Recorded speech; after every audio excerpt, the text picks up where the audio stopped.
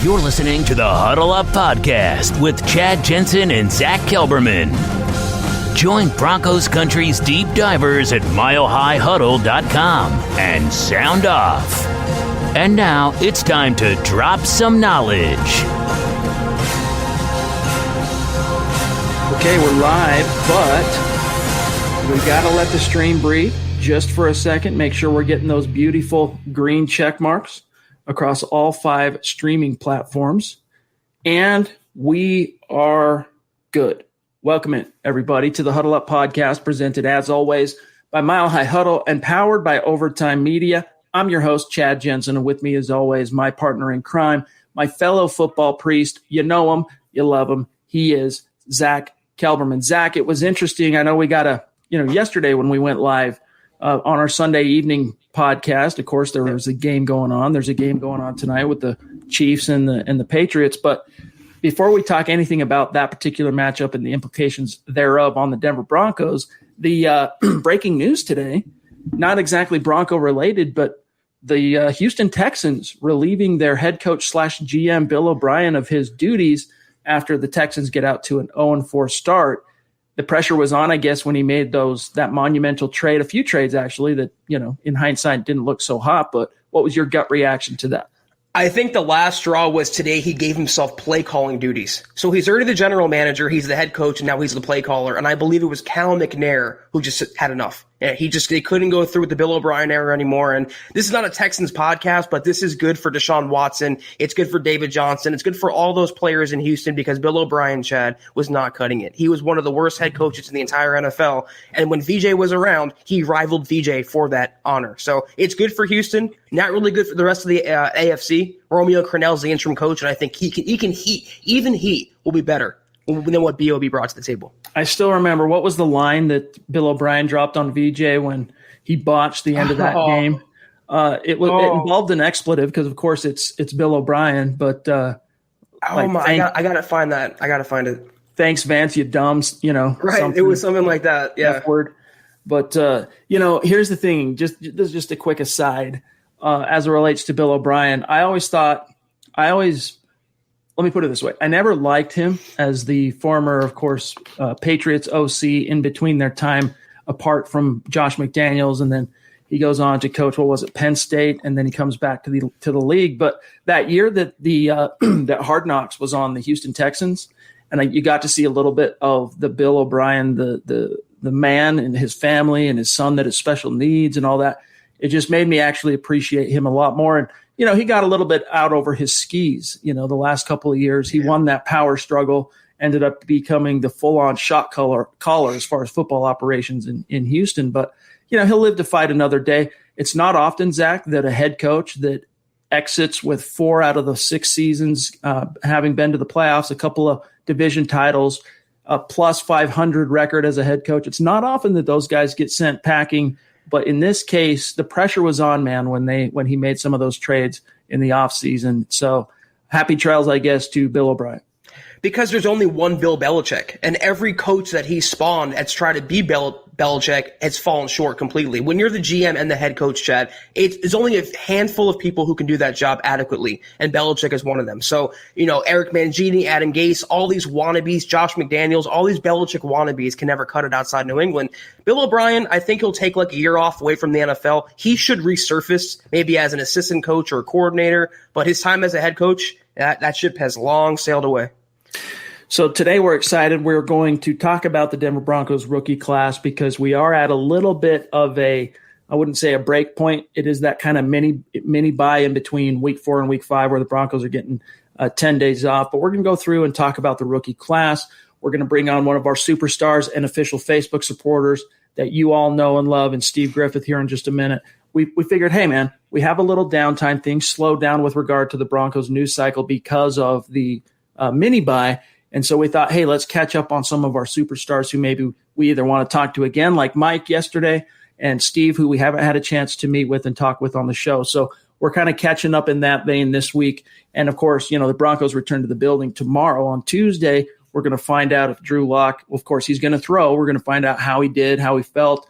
And the week starts again. That's when the news cycle will pick back up. But in the meantime, Zach, we have some time to let our hair down, analyze what this team has done and how it's performed through the first quarter of the season. So get any questions that you have. We'll take them all. Get your super chats ready if you have them. We'll get to them here in just a few minutes. But Zach, before we get to matters of business, and then of course welcome on Steve, did you see that the Broncos announced today, a little press release, that they are going to allow no more, no less, 5,700 fans for their remaining 6 home games of this season? Yeah, it's good for Broncos country. It'll help the Broncos a little bit of a home field advantage, but it's on the players and the coaches, Chad. I'm not putting the stock in the crowd noise or the crowd atmosphere. If the Broncos play good football, limited fans or no fans, they'll be A-okay.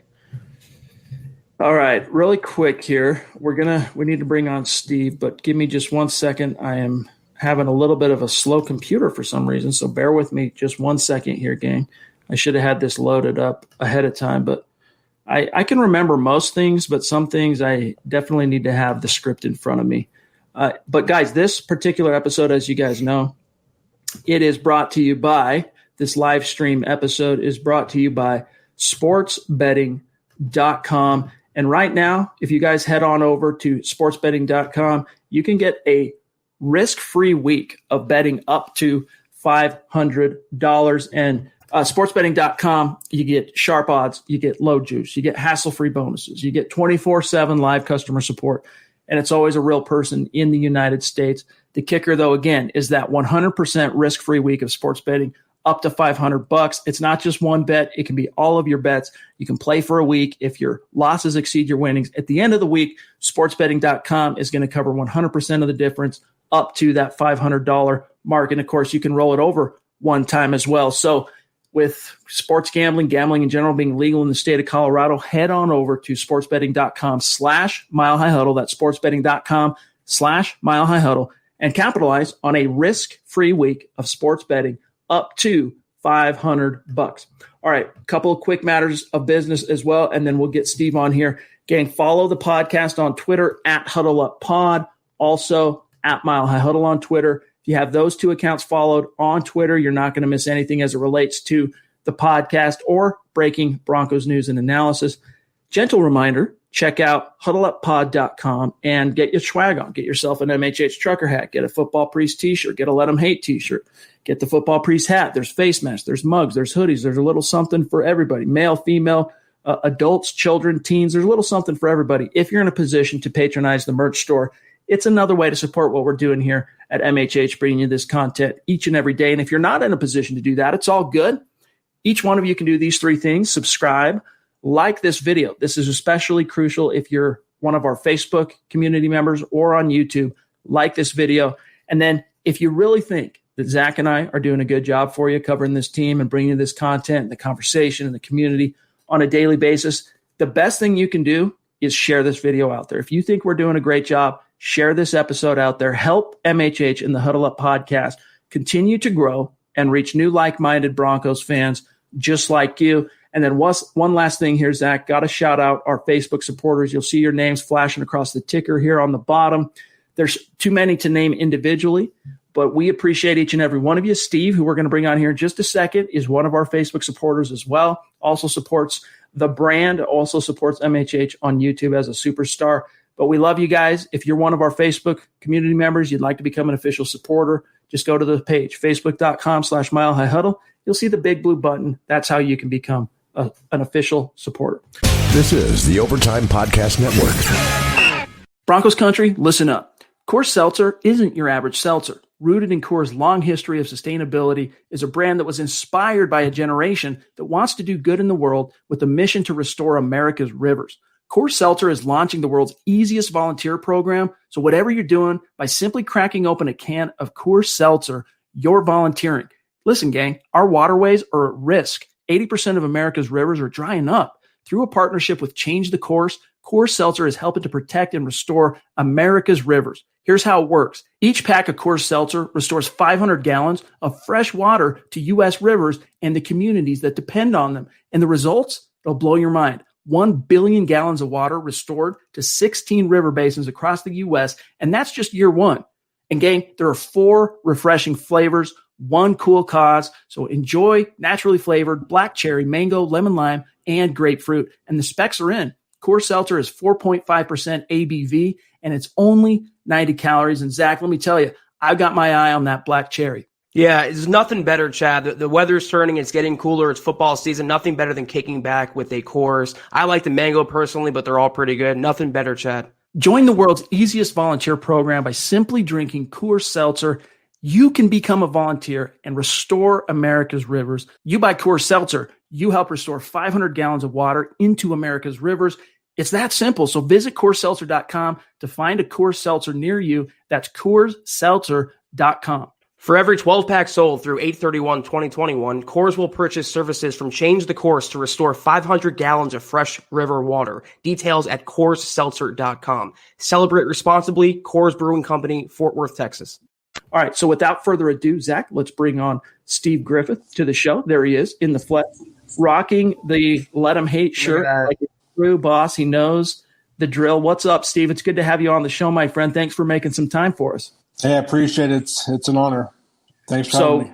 We were talking about this, of course, a little bit before the show, just kind of giving you the rundown, what to expect here tonight. And, of course, you are in the fine state of Colorado, but it is the Denver Broncos. So you do exemplify the hashtag state of being. Broncos country, as you know, we say this on the podcast, is not a geographic location. It is a hashtag state of being. And, of course, we want to get your thoughts on some of the pressing Broncos issues of the moment. We're going to get to that. But first, tell us and the community here how you became such a passionate and outgoing Broncos fan. Well, I guess I'll age myself a little bit. I actually became a fan in 1986. Most people remember that season pretty well. A lot of triumph and joy, then heartache at the end with the Giants lost in the Super Bowl. But yeah, I was hooked ever since that playoff run. I was indoctrinated as a child into the orange and blue faith, most definitely. The first game I can actually remember watching of the Denver Broncos, though, was the next Super Bowl against Washington and Doug Williams. And, of course, the Broncos get out to such a hot start like they did in those first two Super Bowls with Elway, only to relinquish the lead in a hurry and then end up getting blown out. But, all right, Zach, I know you got a couple of questions, but let me just fire one more over here to Steve. We've been talking a lot about the Denver Broncos getting out, of course, to an 0-3 start. Then they punctuate the first quarter of the season with a win against the Jets. And, you know, it was a clash of two 0-3 teams. Broncos come out on top. Tell us how you're feeling about the Denver Broncos at the quarter mark of the season. You got still 12 more games to go. You're getting guys like Drew Lock back here very, very soon, A.J. Bouye, Phillip Lindsay, Draymond Jones, DeMarcus Walker. There are other guys, Noah Fant temporarily out. He'll be back. What's your outlook? How are you feeling about your team? Well, you know, I'm still excited that we have a young core. I'm definitely not on that bandwagon of guys wanting to tank for Trevor. I think Drew Lock's the future. I'm just really excited. I mean, coaching's kind of an issue, I believe, but just the young core of players, I mean, anybody should be excited that's a fan. Steve, I'm curious, you know, you're kind of like a veteran Broncos fan, and you kind of know the deal by now where I'm going with this. What is your favorite memory as a Broncos fan, and conversely, what is your worst memory as a Broncos fan? Favorite's got to be Super Bowl 32, that first Super Bowl victory. That one's always going to be probably my favorite. Worst, those Super Bowl losses in the 80s they're up there. Maybe the 49ers, and that was brutal. The Giants game wasn't too bad. I figured we were kind of in that game until the end. But, yeah, I think that 49ers Super Bowl was probably the worst. We don't get that too much, Chad. We usually get Vance Joseph or Paxton Lynch. We don't get, the 80s and the 90s. But see, I'm guessing, Steve, that you're probably born in the late 70s like I am. Yeah. Yeah, so, 78. And I'm 79. So we are both children of the 80s. And as I mentioned, of course, the Redskins game was the Redskins Super Bowl was the first Bronco game I can remember. By the time we rolled around to that Niners Super Bowl, the very next, actually 2 seasons later, because the 88 was the Niners and the Bengals. So the Broncos skipped a year, came back 89. But by the time we got to that Super Bowl, I was fully locked in and a fully engaged young Denver Broncos fan, watching each and every game. Collecting all the cards, racking up all the posters, Three Amigos, all that stuff. And so when the Broncos got blown out 55-10 by the Niners, that game made me hate for the first time anything in this world. I absolutely hated Joe Montana. I hated the San Francisco 49ers. I hated by that point, I think it was Bill Walsh. No, that was Seifert, if I'm not mistaken. Either way, I hated the Niners, right? That game brought out to me the realities of sports passions and sports hatred. But I do remember that as well. I'm with you. That was a very low moment. I would also throw out there, of course, the botched snap in Super Bowl 48, where everybody just felt that sickening pit in their stomach and those iron butterflies, just crushing your soul. Yeah, I totally agree. And to Zach's point, I have to say that, Vance Joseph, that was a pretty dark time. Josh McDaniels, but everybody has that answer, so I had to change it up. All right, bear with me 1 second. Go ahead, Zach. I just wanted kind of your outlook. Okay, the Broncos are 1-3. They picked up a much-needed victory, Steve, against the Jets. Yeah. Where do you see the season going from here? Not necessarily a record prediction, but do you see the Broncos stacking some wins? Do you see Drew Lock coming back and finding success? What's your opinion? With the injuries, I'm not quite as optimistic as I was at the beginning. I'm thinking 6-10, 7-9. I think we are going to stack some wins. This is a pretty brutal part of the schedule that we're getting through right now, outside of the Jets. So that's kind of where I'm at. Before I was at 11-5, 12-4, that sort of thing. But yeah, not now. It's pretty hard to overcome an 0-3 start, and it's pretty tough to overcome the loss of your number one rush linebacker, your number one defensive lineman, your number one corner, your number one quarterback, your number one wide receiver, your number one running back. I mean, you could pick Phillip Lindsay. But, yeah, the tight end, it's been a complete comedy of injuries, and there's nothing funny about it, but it's been a comedy nevertheless. All right, last question for you here, Steve, with regard to some of the issues of the moment. You might have noticed a lot of fans kind of getting the on social media. You spend a lot of time on Facebook. I do as well. We both spend time on Twitter. You've seen it, and even in our community, in some of the conversation, we've seen it from the community here in the live streams. But the grass is greener kind of mentality, where a fraction, I don't want to paint with too broad of strokes because it's definitely not a majority that I'm seeing in Broncos country, but that fraction of Broncos country that is ready to give up on Drew Lock has latched on to Brett Rippon and is saying to themselves, man, if only we had a Justin Herbert, we'd be somewhere at this point. But what's your take on overall on the question of Drew Lock? I know we've already touched on it a little bit here, but do you still have faith in Drew Lock? And if you do, why do you still have faith in Drew Lock being the guy for this team? I absolutely have faith in Drew Lock. Like I said, I'm nowhere near on that wagon of the guys that are saying tank for Trevor. I mean, yeah, he's a talented quarterback, but to be able to just drop everything and put your hopes on a kid that can come out of college, he's unproven in the NFL. You can't throw your baskets in that. We have somebody who's proved he can win. We got to run with him. We have a supporting cast. We're just banged up right now. Steve, real quick. Yes. Brian Hoyer versus Brett Rippon. Broncos versus Patriots. Who you got? It's going to be a tough game. I'm watching the Patriots tonight, and they don't look too bad with Hoyer at the helm. So if our defense can show up, I think that we have a chance to beat anybody. Very true. Zeus McPeak jumping in with a little shout out for you, Steve. Appreciate you, Zeus, with the generosity as always on Super Chat. One of our MHH Mount Rushmore members and a superstar in the community, the first superstar in the community. He says, I'm an 80s kid as well. Steve rocks. Shout out to all the 80s kids, those of us that are in our early to mid to maybe even late 40s. But Steve, again, buddy, thanks for making some time for us here. I know that we'd been talking about getting you on here for about a month, but once the season started, we got into the role of covering the news, and it finally worked out to get you on the show. So it's been great getting a chance to meet you and talk with you, find out your background, find out where your passion for this team came from. So we'll, of course, want to get you back on in the future. But, again, thanks for making time for us here tonight on the Huddle Up podcast. Absolutely. Appreciate it, guys. It's been an honor. By the way, his Twitter account, it doesn't show it on the screen, but his name's Steve Griffith, Griffith spelled with an E. It's his Twitter handle. Follow him at Steve Griffith. It's pretty easy to remember. And by the way, Kenneth Booker jumping in to say my worst moment was Jay Cutler having that great win against Cincinnati and then losing to the sorry 49ers. My favorites were the wins against Warren Moon in the playoffs. Definitely feel that. But Steve, we got to cut you loose for now, my friend. Have a great night. We'll see you hopefully here in the stream in the very near future. Sounds good. You guys rock. All right. Appreciate you, my friend. Let him hate. This is the Overtime Podcast Network.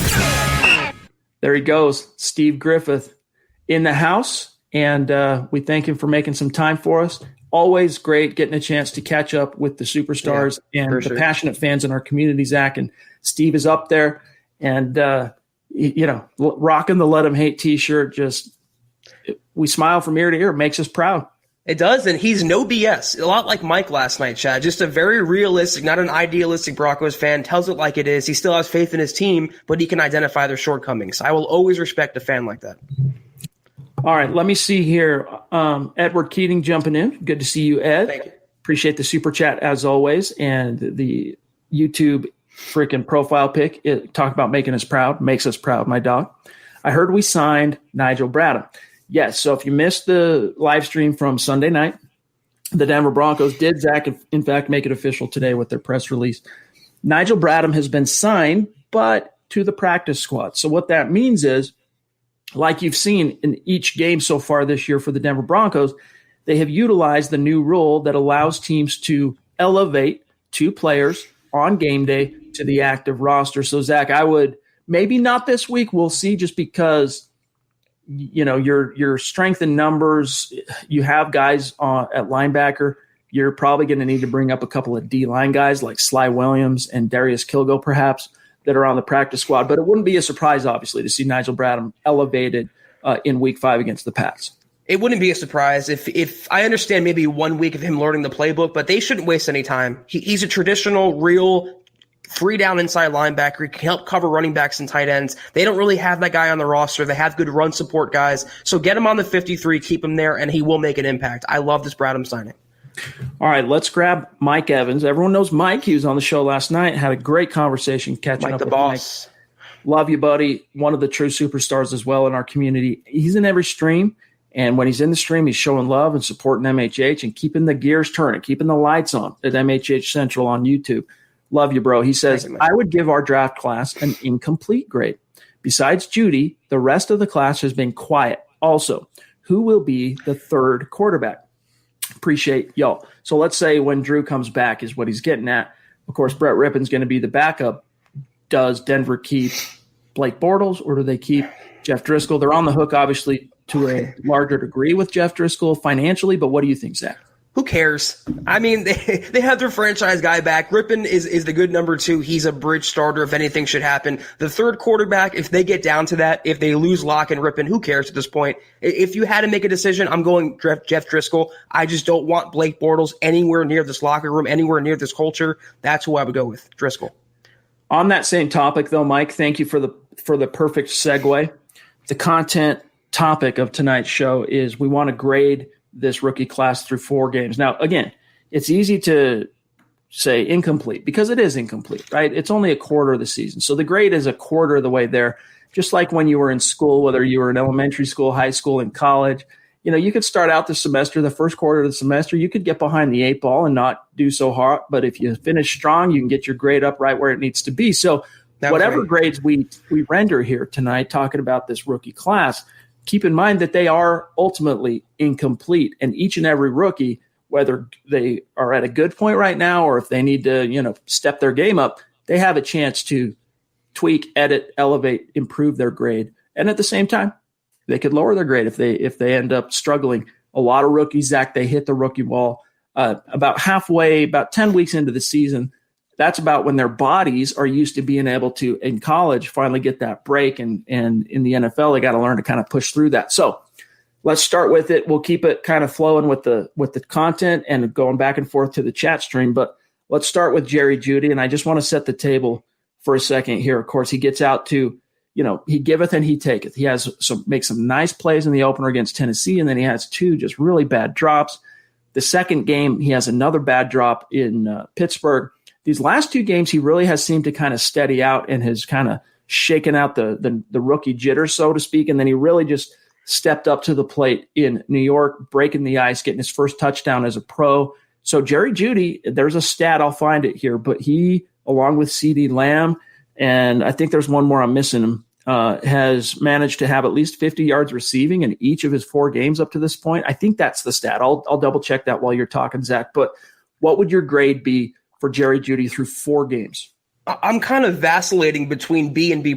I mean, I hold the drops against him, but he's the number 1 wide receiver, and he wasn't ready for that distinction just yet. You can't, blame him for the injuries or missing Cortland Sutton. He is the top receiver right now. The drops are no good. The lack of mental concentration is no good, but he atoned for that last week when he mossed the New York defensive back on that touchdown. And his route running, Chad, from week 1 has been superb. So I think he's mostly as advertised. He wasn't going to be the wide receiver 1 right away, and that was supposed to be Cortland Sutton. But I think in that role, overcoming the drops, overcoming the injuries and the quarterback changes and the scheme issues, I'm going to go B. Simple B, straight up. I'm going to give him a B- only because of the drops. Otherwise, he would get an A- for me. But the thing that I want to kind of latch onto that you said is that he has been as advertised. You expect rookies to kind of have their ups and downs and to, kind of go through that trial and error learning curve and have some early jitters. And we definitely saw that from Jerry Judy in those first 2 games. But as you can see here, it might be a little bit hard for you to make out. Let me see if I can blow it up here on my screen a little bit. But this shows you in his 4 games as a pro thus far, he's been targeted 8 times, 7 times, 9 times. Last week in New Jersey, it was only 4 times. So that was the lowest amount up to this point. But in each game, he's totaled at least 50 yards receiving. In fact, he's got 2 games over 50, 2 games over 60, and then he got his first touchdown. So he's in some rarefied air along with CeeDee Lamb. There's one more I'm missing in that. Jefferson? Might be Justin Jefferson. But nevertheless, it's very rare for those rookie wide receivers to produce that consistently early on in their rookie career. So I'm gonna say a B- for Jerry Judy. And again, I honestly, of all the rookies that we're going to talk about tonight, Zach, I expect Jerry Judy's grade to go nowhere but up between now and the end of this season. Yeah, and comparing him to someone like CeeDee Lamb, I mean, look at what Lamb is dealing with. He has the best passing quarterback in the entire NFL right now. He's surrounded by wide receiver 1s, Amari Cooper and Michael Gallup. He's going to be fed targets, and he's going to draw the 3rd best cornerback or the 3rd best safety in coverage. Judy doesn't have that luxury. He's drawing number 1 cornerbacks. He's drawing double coverage. He is the guy playing with a 3rd quarterback the Broncos are on in 5 weeks of football. So I think for the most part, considering the circumstances, hold the drops against him, hold the mental miscues against him. But like Kenneth points out, he played through a rib injury. He went up and got a Moss-type touchdown reception. He's playing with vigor and energy and intensity and a chip on his shoulder. So I can't hate too much on Jerry Judy. Great point about the rib injury. He's fighting through injury. He's fighting through pain. That's part of being a pro, and he's still finding a way to produce through it all. So credit to Jerry Judy. We'll get to KJ Hamler. Yeah, Kenneth. Amen, my dog. He says, I'm glad the doctor didn't puncture the lung of Judy when trying to fix those ribs. Real quick here from Chase Wellner jumping in. Appreciate you, Chase. Good to see you. One of the superstars in our community. Chase, you're one of the guys we ought to get you on the podcast one of these days if that's something you'd be interested. Not everyone is interested in getting up in front of thousands of people and talking off the top of their head. But if it's something you're interested in, reach out to Zach or myself and we'll schedule a time. We'll put you in the queue, so to speak, and get you on the show here down the road. But he says, hey, fellas, is there a rookie you pounded the table for who is killing it so far on another? Zach, the one guy that I am having some envy up to this point is Clyde Edwards-Helaire, who just is a perfect fit on that Chiefs offense. And I pounded the table for him in a general sense. I knew the Broncos weren't going to draft a running back, especially after they paid all that money to Melvin Gordon and had Phillip Lindsay and were just a couple of years removed from a 3rd-round pick in Royce Freeman. I knew it wasn't going to happen, but he's a guy that you want to talk about envy at this point and regret. He's got to be up there for me.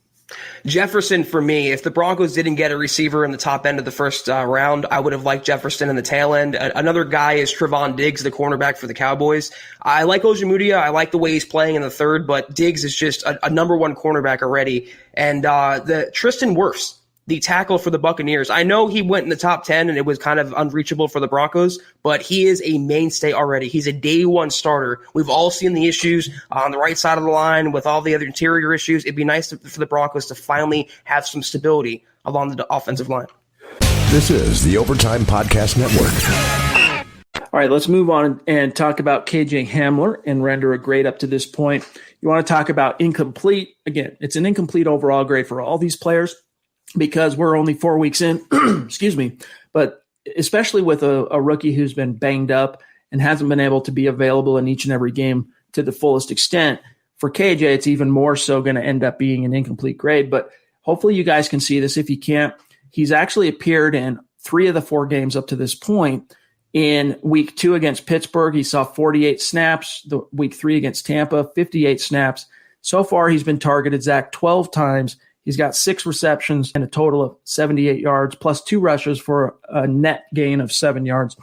My take on Hamler is I still don't think he hasn't been around long enough and they haven't had continuity enough at the quarterback position for them to kind of realize how to use him quite yet, or to maybe fully realize in a visionary sense how they want to use him.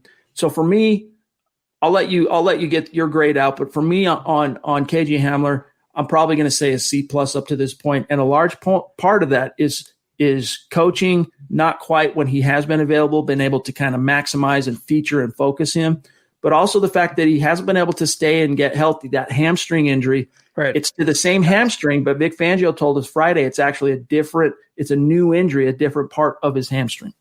That's my thing. I really can't hold injuries against him, but this is one of the reasons I didn't want the Broncos to draft him in the 2nd round after taking Judy. I don't want him to be that Deshaun Jackson, constantly injured. When he's on the field, he's good, but he's never on the field. That was my worry, and he's done nothing to alleviate that concern through 5 weeks. I'm giving him a C-. I think it's very well fair for a player of his caliber. He's shown he can have some speed. He hasn't made an impact, though. The more impact you make, the higher grade you get. So I think C- for Hamler, though he's been injured and though it's only 4 weeks, I think it's pretty fair. This is the first time I actually realized what his initials stand for. Kali Jacoby Hamler. I think that's how you pronounce it. Kali Jacoby Hamler. So we'll see. Let's grab Michael Ogiemudia was the next pick. Let me grab his stats real quick. We'll see what his snap count. He's been utilized quite a bit. Zach has Michael Ogiemudia. He has started 3 of the 4 games at the outside corner position for Denver. He's played 100% of the defensive snaps, Zach, twice. And in week 3, he played 97% of the snaps. He's got a grand total of, it looks like, 8, 12, 14 tackles, and 3 passes defensed. I'll let you start out on this one. What's your grade, incomplete though it might be, on Ogiemudia so far? Well, Ogiemudia's snaps are a reflection of the Broncos' injuries, not an indictment on his talent or lack thereof. So he's been thrust into starting duties. This is a guy like Jerry Judy. He wasn't meant to be the cornerback 1 or even the cornerback 2. He was going to be the 3rd or 4th guy in the pecking order, and you can argue Bosby should be playing over him. I like some of the things he's done. He has the length. He has the wherewithal that Langley and Yadam didn't have, but he needs to learn how to catch. He needs to learn just basic fundamentals of playing the position. Once he gets those down, I can see a B+ to end the season. For right now, C-, I'd say. Yeah, I mean, I'd probably give him a slightly better grade, maybe a C, probably a passing grade. He hasn't been great. He's in a couple of games. He's kind of been part of the problem, but he kind of steadied out somewhat after a couple of, forgettable welcome to the NFL type of rookie moments. Let's grab this super chat from Mike Deeringer jumping in, a name, Zach, that we don't recognize on super chat. So thank you, Mike. Mike, appreciate you. Welcome. Thank you, my friend. And don't forget, as a newer superstar, to reach out, connect with Zach and I on Twitter so that we can shout you out and tag you on Twitter after this podcast. We also are going to start sharing that tweet in our community on YouTube so that the YouTube community sees that shout out as well. But Mike, thank you, my friend. He says, thanks for the pod. Go Broncos. 80s kids with an exclamation point there. Let's see what Locke has, and let's watch this young team grow. Zach, that's a good point. We'll get back to the grades, but, if this season is indeed lost in their 0-3 start, we talked about the odds yesterday that 538 are giving the Broncos a 14% chance at making the playoffs. We all know that at this point it's more about development, evaluation, seeing what you have. We're really going to learn pretty quickly this season what the Broncos have in the youth of this roster, because so many guys are hurt on the veteran side of things. You're losing one of your young guys, one of your young cornerstone pieces for the season in Cortland Sutton, but it's going to be really interesting to see if Locke can kind of gather the forces again as he comes back off injured reserve, not injured reserve, but similar to last year where he's coming off injury, and see if he can, get everybody fired up and moving in the same direction and raise some ships. Are you a quarterback that can Not just do it once as a rookie and kind of be an outlier, but can you be that guy that can raise all ships? Can you be that tide? I'm not going to go like this about the playoffs. I'm not washing my hands of that possibility. I'm not saying to turn your attention to the 2021 draft just yet, but the Broncos have to know what they have in their young nucleus of talent. And playoffs or no playoffs, injuries or no injuries, the number one question they had to answer this season was, is Drew Lock the guy? Is he the quarterback for the next 5 to 10 years? Is he the franchise guy? So win or lose, record, positive or negative, Chad, we will know hopefully by the end of the season whether Locke can be that guy. It's still not a big enough sample size for my liking. I would have liked a full season and then some, but half the season, most of the season, we should have a better picture of what guys are worth keeping around next year and what guys are worth getting rid of, coaches included. Yep. All right, let's grab Drew again there, John. Let's get him back on. Talk about a superstar. Drew, by the way, send me that profile pic, dude. Let's get that on MHH Instagram, bro. I know we have you on there once, so let's get you on there twice with both the hat and the face mask like a boss. Love you, buddy. And as his handle, Drew H, buy some swag. Love you, brother. Drew. He says, we're so injury riddled that Sly Williams, of all people, is back. I'm upset. Yeah, man, it is. It really is bizarre. You have to wonder, I think obviously the injuries are playing the biggest role in terms of Sly's return here. Oh, yeah. But if this wasn't a pandemic-influenced season where they kind of, edited the rules on the fly right on the doorstep of the season where you've got these lax, not only did they elevate, 16 spots on the practice squad from the traditional 10, but you can protect 4 of them. You can elevate 2 of them on game day. All these different factors. I mean, I think without them, I'm not sure Sly does return. And if he does return, it's to the 53. He wouldn't have eligibility on the practice squad. He wouldn't have come back. It's just the injuries. And it reminds me, like I made the point last night, of the Billy Wynn re-signing last year. They just needed someone familiar to hold the fort until their players come back. I don't hate Williams too much. For a former first-round bust, it's not like bringing back Paxton Lynch or Shane Ray. Williams was, like you mentioned, Chad, he wasn't ever horrible. He just wasn't befitting of a first-round draft pick. So a space eater or run plugger to kind of make some tackles, help out against the run for a couple weeks, I'm okay with it. See, and I don't view Sly Williams, similarly with Roby, I don't view Williams or Roby as busts. And the big reason why is maybe you could say, as you said, they didn't turn out quite as well as you'd like a first-rounder. They're not a lifetime Bronco. But in Sly's case, he started on 2 Super Bowl teams for the squad that drafted him in the first round. And even though he didn't get that second contract, definitely disappointing that he wasn't able to garner that, solid interest and love from the team to keep him around.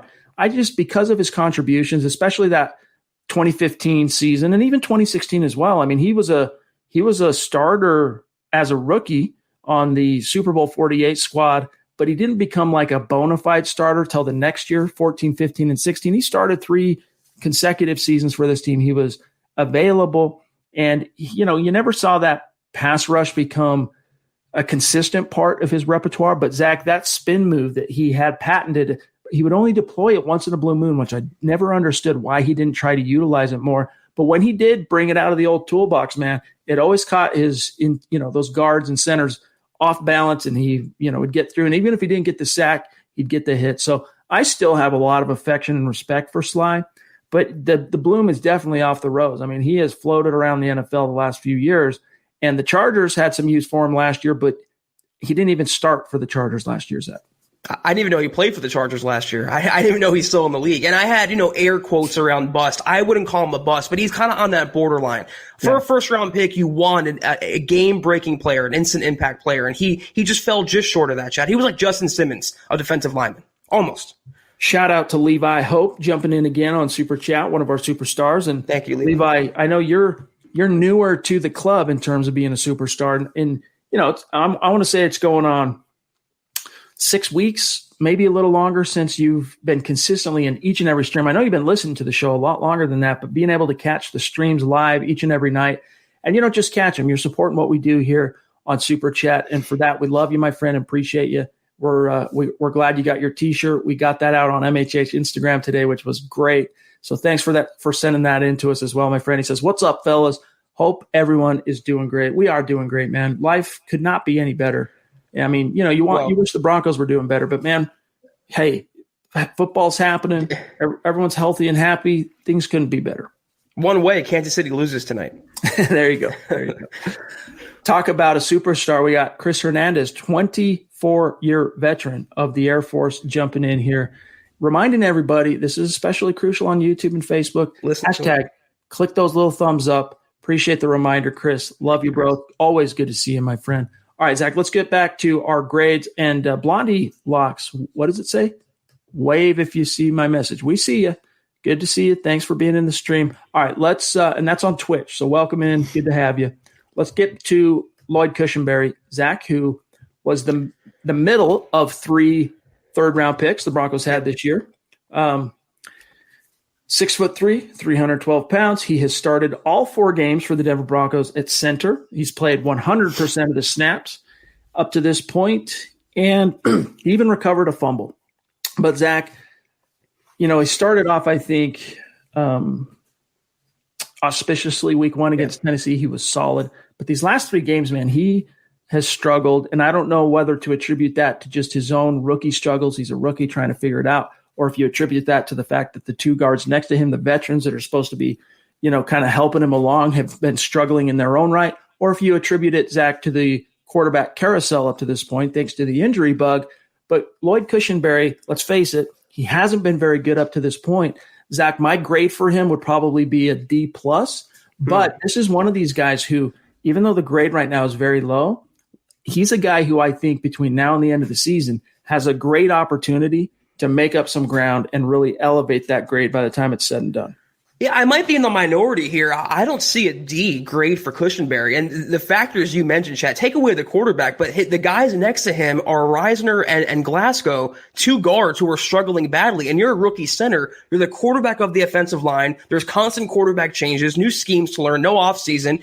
He struggled, yes, but he's also flashed. And at times he's been quiet. And the question that we received, Chad, the rookie class has been kind of quiet. If that's for Cushenberry, that's a good thing. You don't want to hear his name at all. The more we hear his name, the worse it is. He's had his bad moments. He's had his good moments. I feel it's very rocky up and down. I'm going to go C-. I really love the pick a lot. I love his upside. I think it's the center that the Broncos keep around for more than a couple seasons. I'm really a big fan of his. All right, let's grab Oscar real quick on Super Chat. Thank you for the support, Oscar. And as a newer member on Super Chat, thank you. Welcome. Stick around. And make sure you connect with Zach and I on Twitter so we can shout you out, my friend. He says, Drew Lock worries me. He's had 2 injuries already. Hopefully it's just bad luck. I'm worried he can't take hits on an NFL level. I hate this. I hate this, Drew. I think it's a fair concern. I wouldn't utilize it as a means with which to draw an overarching conclusion at this point. Zach, look at Look at Matthew Stafford in Detroit, a quarterback. We've talked about this before, who has drawn, Locke has probably drawn the most common comparison to Matthew Stafford, a guy that was plagued by injuries his first 2 years in Detroit. And then he comes back and has a really solid, basically 8-year reign as a 16-game starter and kind of figured out how to better protect himself. I think it's fair for fans to have some concerns about Locke's ability to stay healthy. But as a quarterback up to this point, I have still yet to see anything that makes me doubt that he can't maximize what are very evident and obvious franchise quarterback tools. I'm going to say it's luck. It's bad luck. It's a fluke. It's not a trend. It's not a pattern. I don't believe in coincidence, but I believe that's what it was. Any quarterback, Chad, they're going to get drilled from behind. You give them no protection, they're going to end up injured. It's not a Drew Lock problem. It's a protection problem. And you saw immediately in the Jets game what could happen when you have a real right tackle instead of a guard pretending to play tackle. Rippon was not sacked one time. Lock would not be injured if they had DeMar Dotson in the game. Last year with the thumb injury, again, it happens. I wouldn't call him brittle. He didn't have the reputation coming out of Missouri. It wasn't one of the red flags, Chad. It happens in the game of football. And when you don't protect your quarterback and you allow him to get injured and take hit after hit after hit, that's the end result. All right, let's talk about McTelvin Agim, the final of 3 third-round picks the Broncos had this year. And, the first 2 games, he was a healthy scratch because the Broncos had all their bodies basically available weeks 1 and 2. Then the injury bug struck against Pittsburgh.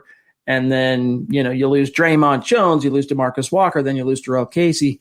But he has seen a steady increase in snaps up to this point. Honestly, it's been such a small exposure.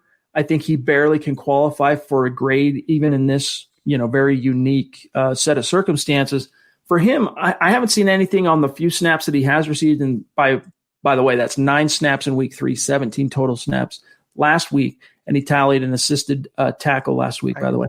For him, it's basically a little bit more than just an average passing grade because he hasn't done anything to really show out in a negative way. So for me, I'm going to give him a C+, and that's mainly because he hasn't had much exposure up to this point, right. But I've seen nothing from him that would make me doubt him.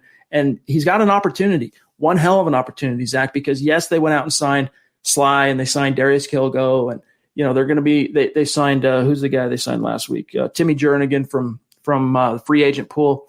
But he still has an opportunity to really kind of work his way more into the rotation, stay on the field, and get some real experience as a rookie. But what are your thoughts on Agim up to this point? I hate to be a party pooper, but I can't grade this. I can't give him a grade when we've seen a handful of snaps. Let me just see one game of Agim playing, close to starter snaps. Let him get it on the stat sheet, and then I'll make my determination. I agree with what you said, though. Nothing has screamed negative. Nothing has screamed positive. So if that's a C, I guess he gets a C.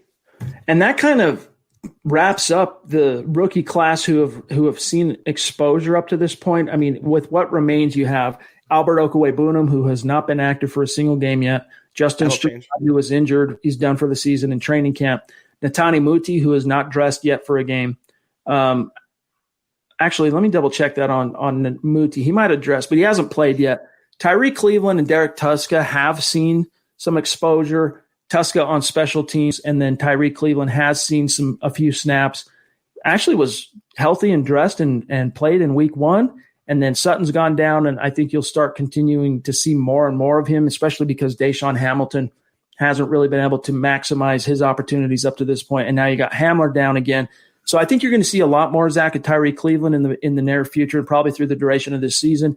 Derek Tuska, if he could find a way to crack the defensive lineup and get a few rotations in there as an edge rusher, just in relief of Jerry Atachu and Bradley Chubb, maybe we could have something. But, really it's just those first 5 picks that we've been able to see much from up to this point.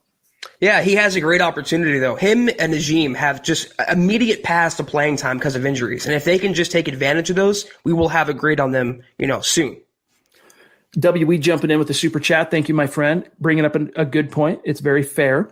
He says, I think the narrative about Ogiemudia changes if he catches those interceptions. He could have 3. I'm giving him a solid B. And that's fair, man. Hey, if beauty is in the eye of the beholder, right? And it really just kind of depends on how you weigh the factors.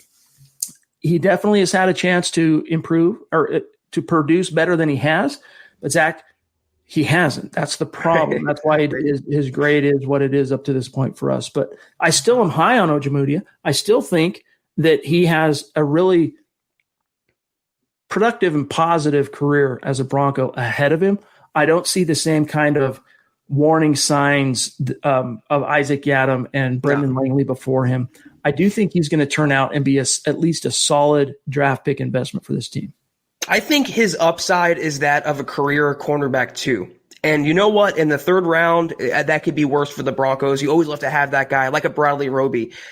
Like you said, though, he didn't make those picks. He didn't catch the ball. So the Broncos, you can make, if certain things broke a certain way, they could be 4-0 right now. They're not, though. So Ogiemudia, he has to catch those passes. If he could, I would grade him higher, but he didn't, so I graded him lower. Yes, John, we did grab Oscar. We're good there.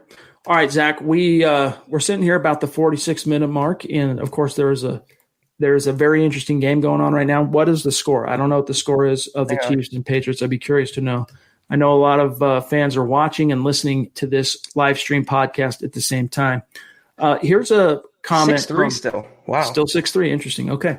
Here's an interesting comment from Quincy on Facebook. And by the way, Quincy, it's been great having you in the streams and contributing to the conversation. So welcome and stick around and keep it going, my friend. He says, I support any and every Broncos player except Hamilton. I like Locke, but if he gets hurt again, we should consider getting a quarterback early in next year's draft. And Zach, that kind of brings up an interesting article that our Bob Morris had yesterday at milehighhuddle.com. I'm sure most of you have read this article, but Bob did some painstaking research to basically look at the number one overall pick historically, at least since like 91 or 92, basically the last 30 some odd years of the NFL. And what his conclusion that he came to is, regardless of what happens with Drew Lock this year, let's say he comes back and plays well. If the Broncos land the number one pick overall, his conclusion is that you have to take Trevor Lawrence because he's just that kind of a quarterback. I'm not sure I'm on the same page with Bob on that, but it's a very well-researched and well-thought-out piece. I'm just don't quite draw the same conclusion that Bob did, but everyone should go read that article. Well, you have to be in position to draft him as well. So even if Locke gets injured, he's not the guy. If you're picking 8th or 9th, unless you're going to trade the house, you're not going to get Trevor Lawrence. So they have to finish with the number one overall pick, and I just don't see that happening. I don't see Lawrence coming to Denver. The only way they're going to get him, they either sell the entire farm, which I don't see Elway doing in maybe his last year as the GM, or they get the number one, maybe number 2 overall pick to mitigate the cost. I don't see either of those scenarios playing out. I think, though, I will say this. If Locke gets hurt again, the Broncos will get another quarterback. I just don't know where in the draft or who it will be, but they will bring someone else in for at least competition next summer. Let's grab Kenneth Booker's comment here. Thanks for the super chat, my brother. Really appreciate you. Thank you, Kenneth. He says, Locke gets hurt when he plants his hand down, then going down. So in other words, it's natural for any human being. As you're falling, you want to catch your fall, right? You put your arm down. He needs to cover the ball and live to play another down. I broke my wrist the same way. And I think that's true, Zach. And again, it's not victim blaming. I don't think in this case that Drew Lock just kind of has to learn. And this was something even Mike talked about yesterday on the podcast when he joined us, that, you just have to learn that, you got to live to fight another down. There's however many snaps, 70-something snaps on average in a given game. And if Locke has had this bad of luck early on with the injury bug, hopefully there's been some kind of a takeaway. And I think it's more attributable to luck, like you said, to be honest with you, Zach. But it's happened twice now, and he's just got to learn how to better protect himself, and he'll be a better quarterback for it. To me, no offense, Kenneth, it is victim blaming because if you protect him, he's not going to get injured. If you protect the quarterback, the offense gets better. And Locke didn't have that. Locke had an unstable guard playing tackle, 2 unstable guards, a rookie center, and a pretty good left tackle in Garrett Bowles. Brett Rippon had more of protection, more of a luxury than Locke had in his starts. So I don't really fault him for wanting to make a play. I said this on last night's pod. It's just the way Drew is wired. He is a gunslinger. He is a backyard football type who makes plays and kind of ad-libs, like a Favre, Mahomes, Romo, anyone like that. If you expect him to be a game manager or an Alex Smith or a Kirk Cousins, you're going to be sorely disappointed. Speaking of protecting Drew Lock, Roger Gutke, one of our Facebook supporters. Love you, Roger. Appreciate you, my friend. His question is, do you think DeMar Dotson will be the starter for the rest of the season? I certainly hope so. And, Zach, that kind of is a nice segue to bring up an interesting article that was published today at milehighhuddle.com. You guys should go check it out when you get some time. But Vic Fangio was asked directly about DeMar Dotson when he got back from the trip to New Jersey. And I'll tell you, here's what he said about DeMar Dotson's first game. Quote, I think Dot went in and did a good job. He was obviously rusty, but he's a veteran. And once it's identified who he has to block, he does a good job of getting that done. I expect him to improve next week. I think he'll be even better next week than he was yesterday. Close quote. So, Dotson, we talked about it in the gut reaction. We talked about it last night with Mike. Dotson was a revelation. I mean, his impact at right tackle, even though the rust was falling off in chunks, this was his first meaningful game or action in 2020. It was falling off in chunks, but it was palpable, the impact, Zach, he made at right tackle. And, Pro Football Focus, they credited him with 4 pressures allowed, no QB hits, and no sacks. Of course, Rippon was not sacked in week 4. But they did, PFF, credit him with 4 pressures. I'm not sure I'd have to go back and watch every single snap on the coach's film. I can think of 2 times where I noticed him giving up some pressure that kind of influenced the play, influenced the quarterback. But nevertheless, it was leaps and bounds from a consistency and a competency perspective above Elijah Wilkinson. Dot. Cool nickname, Vic. Thanks for not playing him for 4 weeks. It means what he's saying means little and less to me. He has to be the starter. I don't know if Wilkinson wasn't injured, would he be the starter? And that's scary and depressing to think about. But I think based on how he performed, he was the best Broncos right tackle I think I've seen since I started covering the team. The only other contender in there was Jared Veldheer. So Dotson was an immediate upgrade.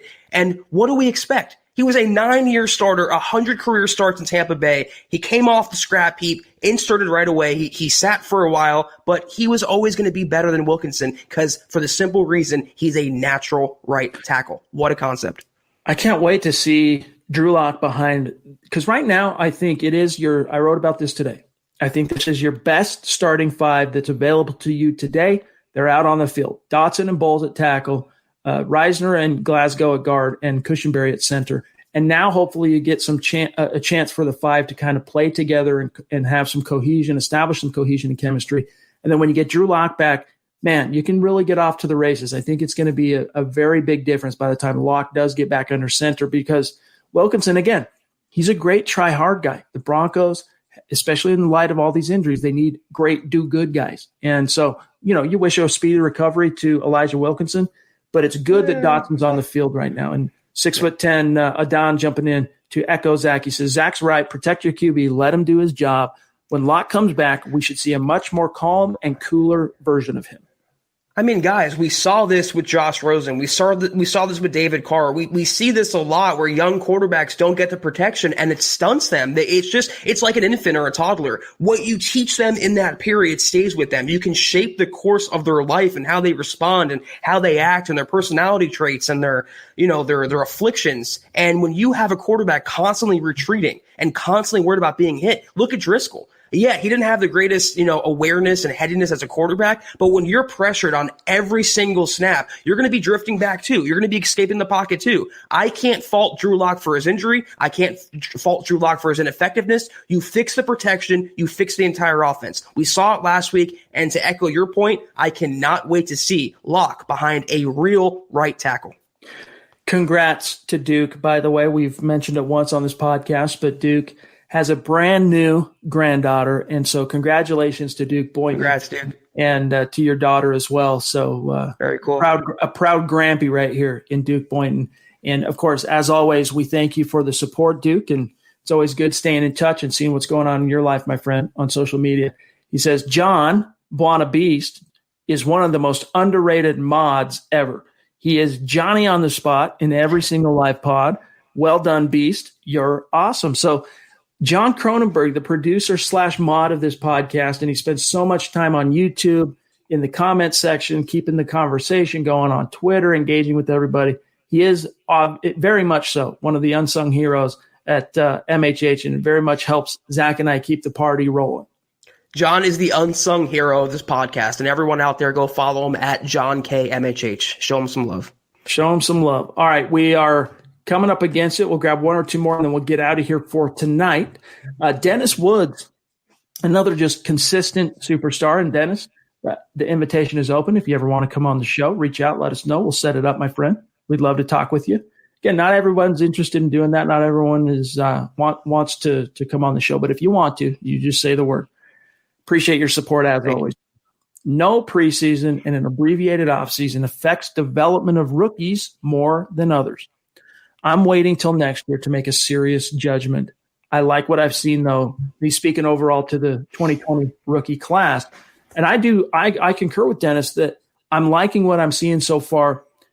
My only regret is just the luck this team has had with the injury bug has put more pressure and onus and kind of forcing these young guys to grow up a little bit faster than they might have originally been expected to by the team. But, it's a crucible.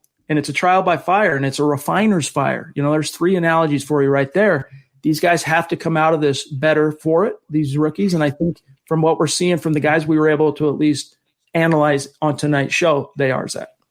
I concur to a point because, the Broncos were affected by a shortened offseason and no training camp, but so were 31 other teams. And some other teams, like we mentioned, have rookies that are performing very well right now. We named them to start the show tonight. So yeah, it was hurting the Broncos specifically, having a new quarterback or a first-time starter, having a new coordinator, having these new moving pieces. It does affect them, but I wouldn't wait until next year. We have to have the answers. Not we will have or hope to have. We better have the answers over the course of the rest of this season, at least pertaining to quarterback and some of the other starters on this team, offense and defense.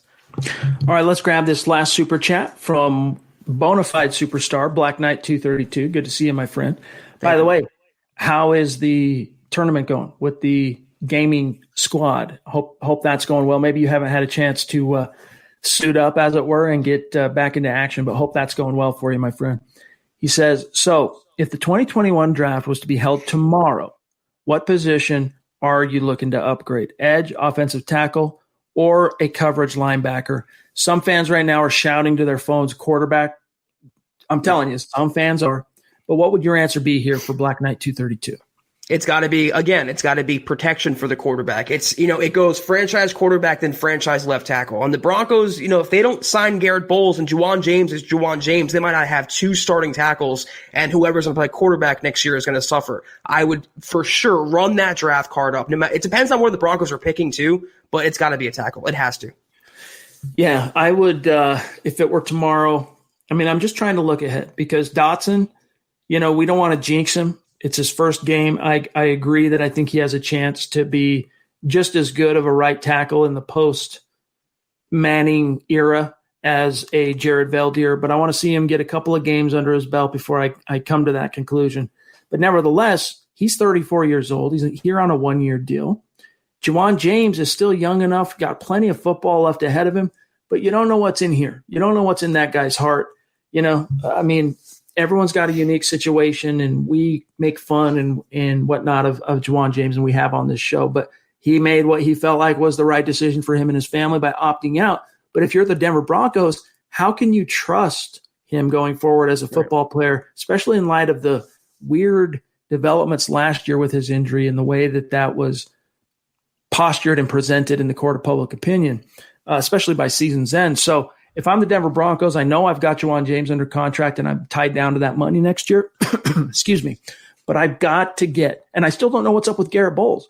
So it's got to be an offensive tackle. And even if you get Drew Lock back, and this question is, what would you do at the end of the season if the draft is held at its traditional time? What are you going to do? Even if Drew Lock comes back and is fair to middling or even struggles a little bit, I'm still not. It depends on the exact shape of how those struggles would take place. I'm still a long ways out from saying give up on Lock, time to get another quarterback. I'd be more interested in continuing to build that nest around him at this point than throwing in the towel and go and get the next shiny quarterback, the next best one you can get, depending on where you're picking in the draft.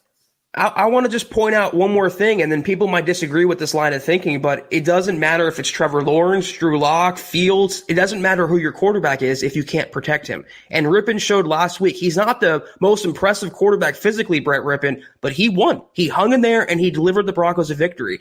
And having Trevor Lawrence behind this offensive line with Juwan James and all these uncertainty and all these questions, it'd be like having a Ferrari busted rims.